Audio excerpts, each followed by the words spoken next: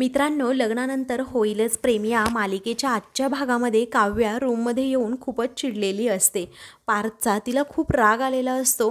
तिला वाटतं की मी रूममध्ये आले, केक कट न करता, म्हणून पार्थ मला समजवायला आले असतील. दरवाजा आता कोणीतरी ठोठावत असतं म्हणून काव्या रागातच म्हणते, पार्थ खबरदार जर आतमध्ये आलात तर. तेव्हा कुणीतरी दरवाजा उघडतं तर तो विक्रम असतो. विक्रम आता तिला समजावण्यासाठी तेथे आलेला असतो. तेव्हा काव्याचा गैरसमज होतो. तिला वाटतं की पार्थ आहे म्हणून ती पटकनच पार्थ समजून विक्रमच्याच अंगावर उशी टाकते आणि समोर पाहते तर तो विक्रम असतो. त्यामुळे तिला जबरदस्त धक्काच बसतो. तेव्हा ती आता लगेचच म्हणते, सॉरी मला माहीतच नव्हतं तुम्ही आहात म्हणून. मला वाटलं पार्थ आहेत.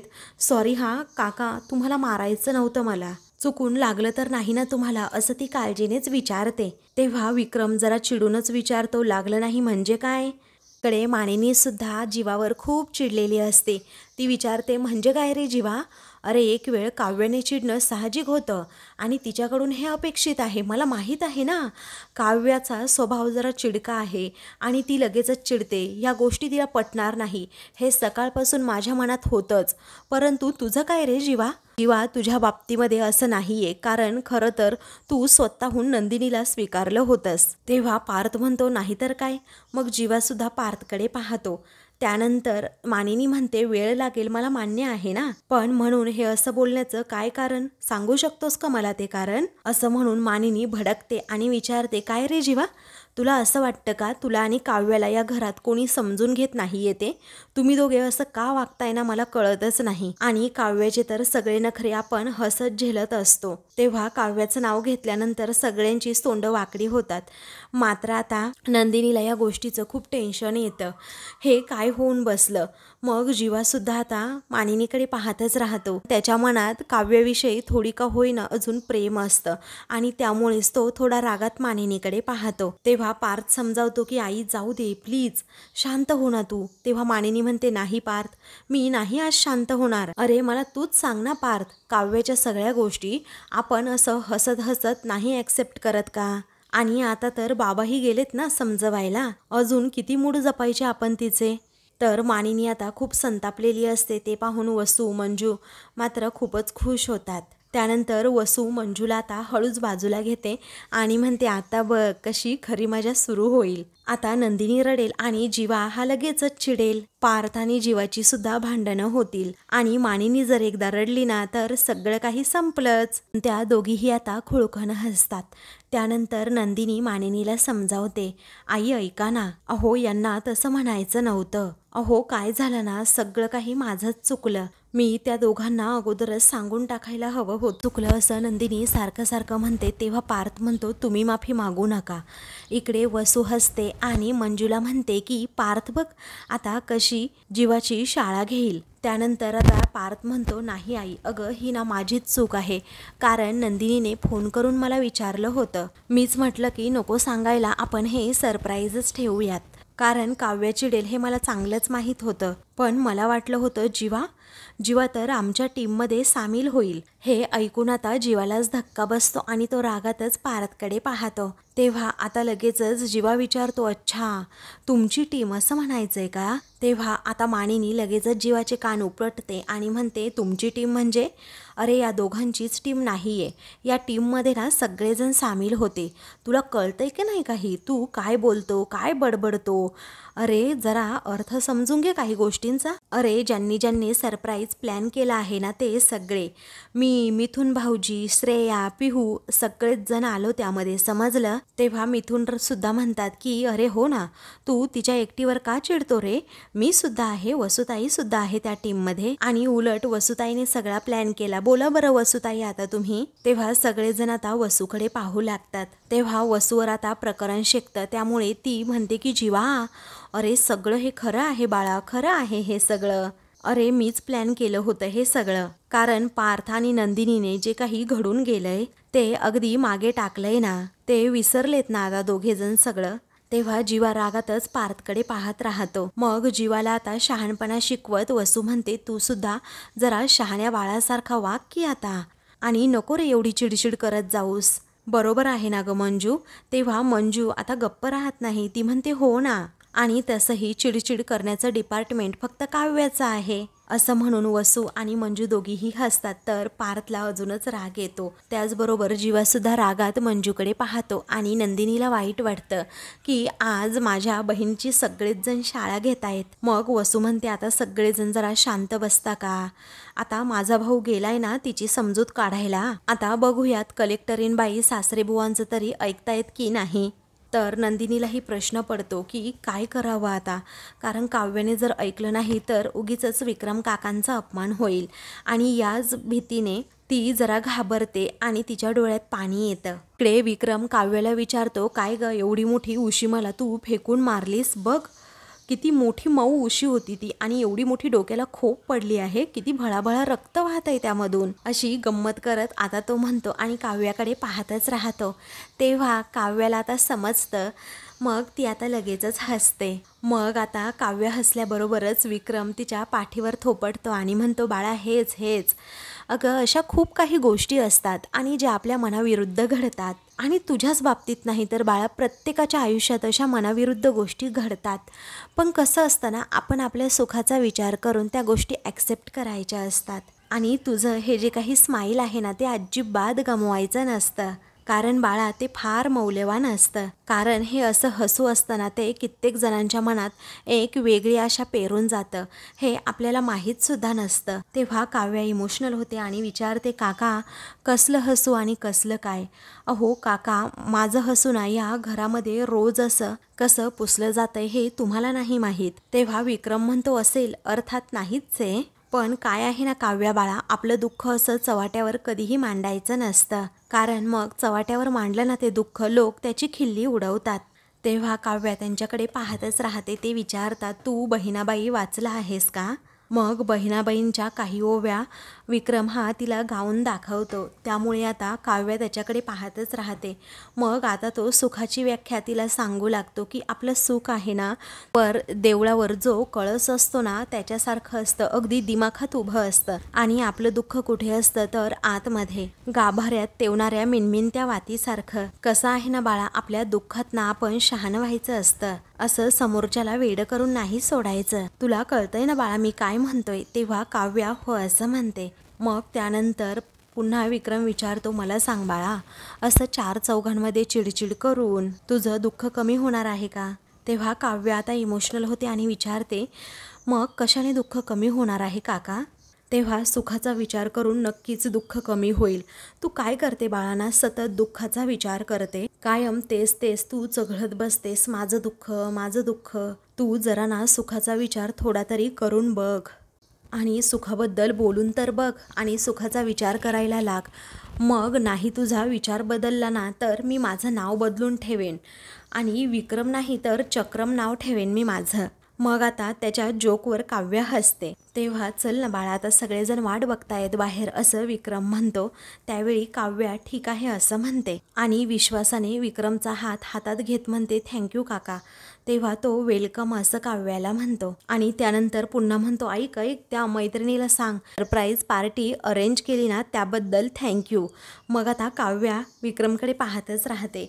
मग विक्रम म्हणतो ही जी काही पांढरी झाली आहेत ना बाळा ही अशी सहजच नाही झाली. तेव्हा सगळ्या काही गोष्टी आता काव्याला आठवू लागतात की कशा प्रकारे मी पार्थविषयीच विक्रम काकांबरोबर बोलायला गेले होते, परंतु विक्रम काकांना त्यावेळीच समजलं होतं की मी नक्की कशाबद्दल बोलतीये, कुणाबद्दल बोलतीये. तेव्हा काव्य आता विचारते म्हणजे विक्रम काका तुम्हाला माहीत होतं तो मित्र म्हणजे पार्थ आहे.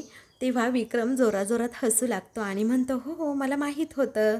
काव्य आता हाताने आपला चेहराच झाकते कारण तिला आता खूप कसतरी वाटतं आणि नंतर ती विक्रमकडे पाहतच राहते. विक्रम मात्र तिच्याकडे पाहून हसत असतो. दुसरीकडे वसू मंजूला हळूच म्हणते विक्रम तर गेलाय समजवायला काव्याला, पण मला नाही वाटत की ती बाहेर येईल म्हणून, आणि जर बाहेर आली ना तर ती इथे येऊन नक्कीच तमाशा करणार. मग मंजू म्हणते ताई इथे ना आता रम्या यायला हवी म्हणजे सॉलिड तमाशा होईल. तेव्हा वसू विचारते काय ग मी काय म्हातारी झाली आहे का. मंजू म्हणते तसं नाही ग ताई. त्यावेळी वसू म्हणते चुटकीसरशी आग लावते की नाही ते बघतच राहा, बघायचंय का चल बघच असं म्हणून ती पार्थकडे जाते आणि विचारते ऐक ना पार्थ खूप वेळ झाला रे विक्रम आता काव्याला समजावतोय, ती ऐकणार आहे का सांग ना मला. अरे जाऊ दे बाबा, माझंच चुकलं, आपण हे सगळं करायलाच नको होतं. हे सेलिब्रेशन ना आपण कॅन्सलच करून टाकूयात. तेव्हा पार्थ म्हणतो कॅन्सल वगैरे नका करू, मी बघून येतो. मग नंदिनी म्हणते थांबा पार्थ, मी सुद्धा येते तुमच्याबरोबर. कारण काय आहे ना, काव्याचा स्वतःच्या रागावर अजिबातच कंट्रोल नसतो आणि आता तर मलाही टेन्शन आलंय हो, असं म्हणून आता ती दरवाजाकडे सतत पाहत असते. कधी एकदा काव्या बाहेर येते आणि ती व पार्थ निघणार तेवढ्यातच आता विक्रम मोठ्याने ओरडतच येतो, कम ऑन सेलिब्रेशन स्टार्ट, असं म्हणून तो काव्याला अगदी तेथे घेऊन आलेला असतो. तेव्हा काव्याला आलेलं पाहून आता सर्वांनाच आश्चर्याचा धक्का बसतो. तर जीवा काव्याकडे पाहतच राहतो. त्यानंतर जीवा चल रे पुढे, असं विक्रम म्हणतो आणि केक ओपन करायला सांगतो. त्यानंतर विक्रम विचारतो काय काव्या, कापायचा आहे ना केक. काव्या काहीही बोलत नाही. हे पाहून सर्वजण तिच्याकडे आता अगदी रागातच पाहू लागतात. त्यानंतर काव्या हळूच आता मान डोलावून होकार देते. त्यामुळे आता जीवाला धक्काच बसतो आणि जीवा रागातच काव्याकडे पाहतो आणि वसूचा चेहरासुद्धा पडतो, मंजूचा सुद्धा, कारण त्या दोघींचा प्लॅन फेल झालेला असतो. आणि पार्थ, नंदिनी, मानिनीला खूप आनंद होतो. पार्थ म्हणतो आज आमच्या लग्नाला 1 महिना पूर्ण झाला म्हणून काव्यासाठी मी गिफ्ट आणलं आहे. तेव्हा काव्याला धक्काच बसतो. जीवा रागातच पुन्हा पार्थकडे पाहतो. मग आता सर्वजण खुश होतात. तेव्हा पेश किए जाए गिफ्ट, असं विक्रम मोठ्यानेच म्हणतो. त्यावेळी आता पार्थ लगेचच काव्याकडे ते गिफ्ट देतो. काव्या घेण्यासाठी नकार देत असते, परंतु आता विक्रम फोर्स करतो, त्यामुळे नाईलाजाने काव्या ते गिफ्ट घेते. तेव्हा हा तर माझा फेवरेट परफ्यूम आहे, तुम्हाला कोणी सांगितलं, असं काव्या विचारते. तेव्हा तो म्हणतो थोडं लॉजिक लावलं आणि काही मदत ही नंदिनीने केली, त्यामुळे मला समजलं तुम्हाला कोणता परफ्यूम आवडतो. नंदिनी काव्याकडे पाहून हसते. तर काव्या खूपच रागात आता नंदिनीकडे पाहू लागते, कारण पार्थला सगळी मदत नंदिनी करते हे अजिबात काव्याला आवडलेलं नसतं. त्यानंतर नंदिनी म्हणते जीवा मी आपल्यासाठी सुद्धा गिफ्ट आणले, म्हणजे फक्त तुमच्यासाठी नाही तर माझ्यासाठी सुद्धा. तेव्हा सर्वजण त्या दोघांकडे पाहतच राहतात. तर जीवा नंदिनीकडे पाहतच असतो. काव्यासुद्धा आता जीवाकडे पाहत राहते, कारण आता नंदिनीताईने दिलेलं गिफ्ट जीवा स्वीकारणार का याकडे तिचं लक्ष असतं. मग आता काय आहे गिफ्ट, दाखव ना आम्हाला अगोदर, असं विक्रम म्हणतो. तेव्हा नंदिनी लगेचच पुढे येते आणि सर्वांना ते गिफ्ट दाखवते. त्यामध्ये कपल वॉचेस असतात. तेव्हा ते पाहून आता सगळेजण खूपच खुश होतात. तर काव्याच्या काळजातच अगदी धडकी भरते, कारण आता नंदिनीताई अगदी कपलसारखं वागायला लागली आणि त्याचबरोबर दोघांसाठी कपल वॉचेससुद्धा घेऊन आले. मग जीवा त्या घड्याळांकडे पाहतच राहतो. मग त्यानंतर आता मिथून विचारतो नंदिनी आय लाईक धिस, पण नंदिनी ऐक ना, ही तीच वॉचेस आहेत ना, सॉरी आय लव्ह यू मिसवाली. तेव्हा काव्या धक्क्याने जीवाकडे पाहते. तर जीवासुद्धा आता काव्याकडे पाहतो. मग नंदिनी एकदमच शांत होते. तेव्हा बोल ना अगं नंदिनी बोल, असं मिथून म्हणतो. तेव्हा नंदिनी म्हणते हो. तर जीवा आता त्याकडे जरा दुर्लक्षच करतो. तर पिहू आणि श्रेया या दोघीही खूपच खुश होतात. तेव्हा विक्रम हसतो आणि विचारतो काय रे मिथून, तुला जगातल्या सगळ्या गोष्टींची कशी माहिती असते रे बाबा. तेव्हा सगळेजण त्याच्यावर हसतात. त्यानंतर मिथून म्हणतो आता काय सांगायचंय तुम्हाला दादा, माझं कसं झालंय, असं म्हणून तो एक वेगळाच डायलॉग मारतो आणि मला थोडं थोडं कळतं त्याच्यातलं, असं सांगतो. मग विक्रम विचारतो काय ग नंदिनी, प्रकरण तरी काय आहे, आम्हाला सांगतेस का जरा. तेव्हा नंदिनी म्हणते हो कसं आहे ना, त्या कंपनीने जाहिरात तशी केली आहे, पण या घड्याळाला ना एक बटन आहे आणि दोघांमध्ये भांडण झाल्यानंतर ज्याला अगोदर पॅचअप करायचं असेल त्याने अगोदर पहिलं बटन दाबायचं, म्हणजे दुसऱ्याच्या घड्याळात लगेचच आवाज येतो. आता काव्या खूपच रागात त्या घड्याळांकडे पाहत असते आणि जीवासुद्धा, कारण जीवालासुद्धा नंदिनीने हे दिलेलं गिफ्ट, आणलेलं गिफ्ट आवडलेलं नसतं. तेव्हा नंदिनी लगेचच ते बटन दाबते, त्यामुळे आता लगेचच दुसऱ्या घड्याळामध्ये तो आवाज येतो. सर्वजण एकमेकांकडे पाहतच राहतात. मानिनी आणि त्याचबरोबर विक्रम आणि श्रेया या सर्वजणी खूपच खुश होतात. तर मंजू आणि वसूचा चेहरा मात्र पडतो. तर आता रागातच काव्या जीवाकडे पाहत राहते. जीवाची नजरसुद्धा काव्यावरून हटत नसते. तेव्हा मंजू आता गप्प बसत नाही, ती लगेचच टोमणा मारते. अरे वा, म्हणजे भांडण करणाऱ्यांसाठी ही वॉचेस खूप चांगली आहेत. तेव्हा मानिनी आणि विक्रम हे दोघेही हसतात. मंजूच्या म्हणण्याचा हेतू काय आहे हे बरोबर मिथुनला समजतं. त्यामुळे तो आता म्हणतो, मी काय म्हणतो मंजू, आपण दोघांनीही 1 डझन मागवायची का? कारण आपल्याला त्याची खूप गरज आहे. तेव्हा मंजूचा चेहराच पडतो, तर घरातील सगळेजण त्या दोघांवर हसतात. त्यानंतर नंदिनी, ऐक ना, आय डोंट लाईक धिस. खरं आहे ना, तू आमच्यासाठी सुद्धा असे वॉचेस आणायला हवे होते, असं मिथुन म्हणतो. आणि या घड्याळाबद्दल तू आम्हाला अर्धवटच माहिती सांगितली. मग आता काय, असं विक्रम विचारतो. पुढे मिथुन म्हणतो, या घड्याळांच्या जाहिरातीमध्ये अशी माहिती सांगितली आहे, जेव्हा जेव्हा तुम्हाला तुमच्या पार्टनरची गरज पडेल किंवा त्याची आठवण येईल, तेव्हा हे बटन दाबा. त्याला किंवा तिला कळेल की तुम्हाला त्याची गरज आहे म्हणून. आपल्या पार्टनरला एवढं समजलं तर ठीक आहे ना. मग काव्या रागातच जीवाकडे पाहते, तर जीवा नंदिनीकडे पाहतो. तर पार्थला खूप आनंद होतो. नंदिनीने खूप छान गिफ्ट दिलं जीवाला, असं पार्थला आता वाटत असतं. त्यावेळी रागातच काव्य जीवाकडे पाहते आणि जीवाही तिच्याकडे पाहतो. त्यानंतर मिथुन गंमत करत हसत खेळत वातावरण ठेवतो आणि म्हणतो, सिग्नल नंदिनी, प्यार का सिग्नल. मग नंदिनी खूपच गोड लाजते. तर आता सर्वजण हसत असतात.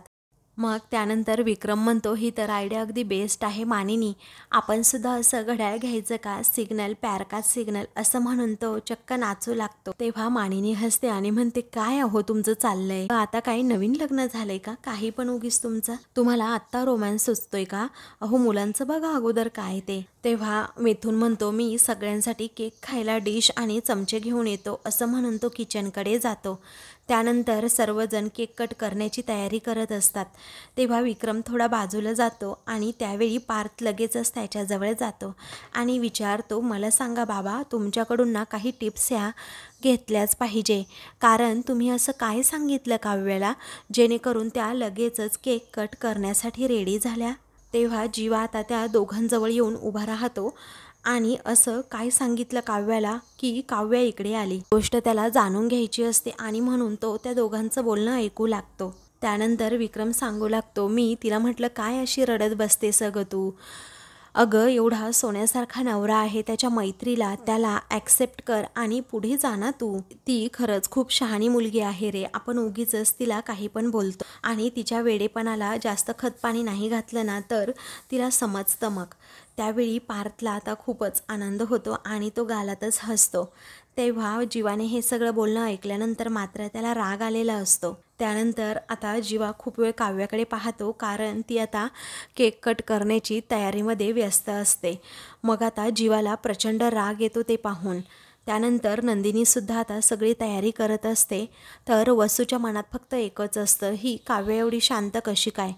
त्यामुळे ती मनात विचार करते की गीट काव्याला आता याच्यातून बाहेर काढलंच पाहिजे आणि खरी काव्य काय आहे ना आता बाहेरच काढते, असं म्हणून ती लगेचच काव्याकडे जाते आणि तिला म्हणते, काव्या अगं कधीची टेप काढतीयेस तू, मानिनी ये ग आपणच काढूयात. त्यानंतर ते दोन्हीही केक वसू मानिनी ओपन करतात आणि सर्वांना एकत्र बोलवतात.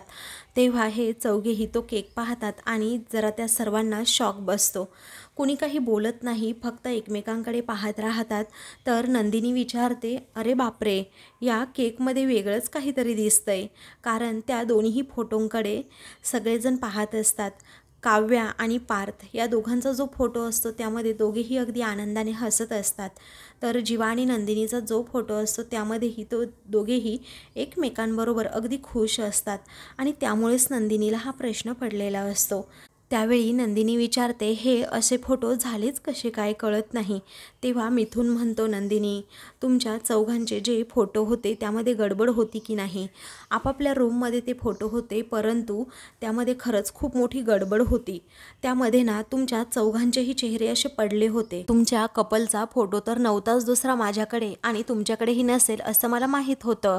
त्यामुळे मग मी गेलो वसुताईकडे. वसुताईने मला सल्ला दिला की रम्याकडे जा म्हणून. मग रम्याची मदत घेऊन तुमच्या चौघांच्याही चेहऱ्यावर स्माईल आणली AI कडनं असं म्हटल्याबरोबरच नंदिनीला खूपच आनंद होतो आणि ती त्या केककडे सतत पाहत राहते। त्याचबरोबर इकडे पार्थला सुद्धा तसाच आनंद होतो आणि तो काव्याच्या त्याच्या फोटोकडे पाहतच राहतो। पण जीवा आणि काव्याच्या चेहऱ्यावर मात्र अजूनही उदासीच असते, नाराजी असते। दोघेही एकमेकांकडे पाहतात। त्यानंतर मिथुन विचारतो, आवडली ना स्माईल? तेव्हा सर्वजण हो असं म्हणतात। तेव्हा विक्रम म्हणतो, अगदी मस्त मस्त, मला तर खूप आवडली असं म्हणून तो त्या दोन्हीही जोड्यांचं कौतुक करत असतो। त्यानंतर काव्या आता तिच्या आणि पार्थच्या फोटोकडे पाहत पुन्हा जीवा आणि नंदिनीच्या फोटोकडे खूप वेळ अशी पाहतच राहते आणि जीवाकडे सुद्धा अगदी रागातच पाहत राहते।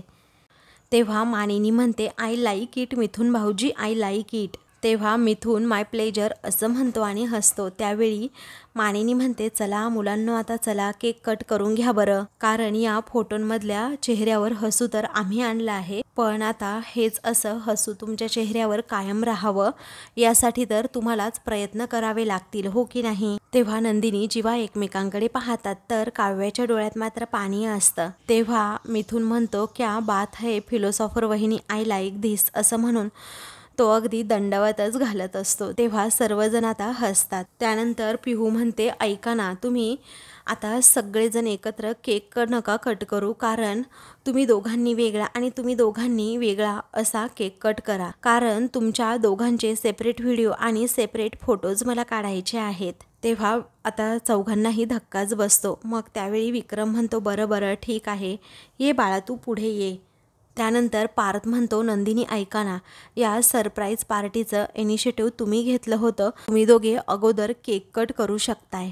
त्यानंतर नंदिनी आता सुरी घेते केक कट करण्यासाठी। मग आता ती स्वतः केक कापणार असते तेव्हा जीवा तिचा हात घट्ट पकडतो। मग नंदिनी त्याच्याकडे खूपच प्रेमाने पाहते। त्याची नजर मात्र काव्याकडे असते आणि काव्याकडे तो जरा रागात पाहत असतो। तेव्हा काव्यासुद्धा त्याच्याकडे पाहतच राहते की जीवा माझ्यासमोर माझ्या बहिणीचाच हात असा धरून उभा आहे आणि ते सुद्धा मला जळवतोय, असं का करत असेल? जीवा काव्यालाही प्रश्न पडतो आणि ती बिचारी खूप उदास होते, तिच्या डोळ्यातून पाणी येतं। मात्र नंदिनी आणि जीवाची अशी जवळीक पाहून सर्वांनाच आनंद होतो। तर आता मित्रांनो, पुढील भागामध्ये काव्या आणि पार्थची वेळ येते। तेव्हा काव्या आणि पार्थ दोघेही केक कट करतात खरं, पण आता काव्या पार्थच्या तोंडामध्ये लवकर केक भरवत नाही। तेव्हा वसू लगेचच विचारते की काय अगं अशी बघत काय बसलीस, आम्हालाही केक खायचा आहे ना, तू भरव अगोदर पार्थला केक। तेव्हा काव्याला खूपच राग येतो आणि ती विचारते, भरवू का? तुम्हालाच भरवते ना अगोदर, असं म्हणून ती वसूच्या तोंडातच केक आता कोंबते। तेव्हा आता सगळेजण धक्क्याने काव्याकडेच पाहतात। तेव्हा नंदिनी म्हणते, काव्या अगोदर पार्थ आणि वसू आत्याची माफी माग। तेव्हा काव्या रागातच म्हणते, पार्थ ना माझा नवरा आहे, आम्ही बघून घेऊ काय करायचं आणि काय नाही ते। तेव्हा आता पार्थ आणि नंदिनी खूपच खुश होतात आणि काव्याकडे पाहतच राहतात। मात्र जीवाला धक्का बसतो, कारण काव्याने आता पार्थचा नवरा म्हणून स्वीकार केला की काय अशी भीती त्याच्या मनात असते। तर बाकी सर्वजण खूपच खुश होतात। तर वसू तोंडालाच हात लावते। अशाच मालिकेंचे पुढील भाग पाहण्यासाठी चॅनलला सबस्क्राईब करा।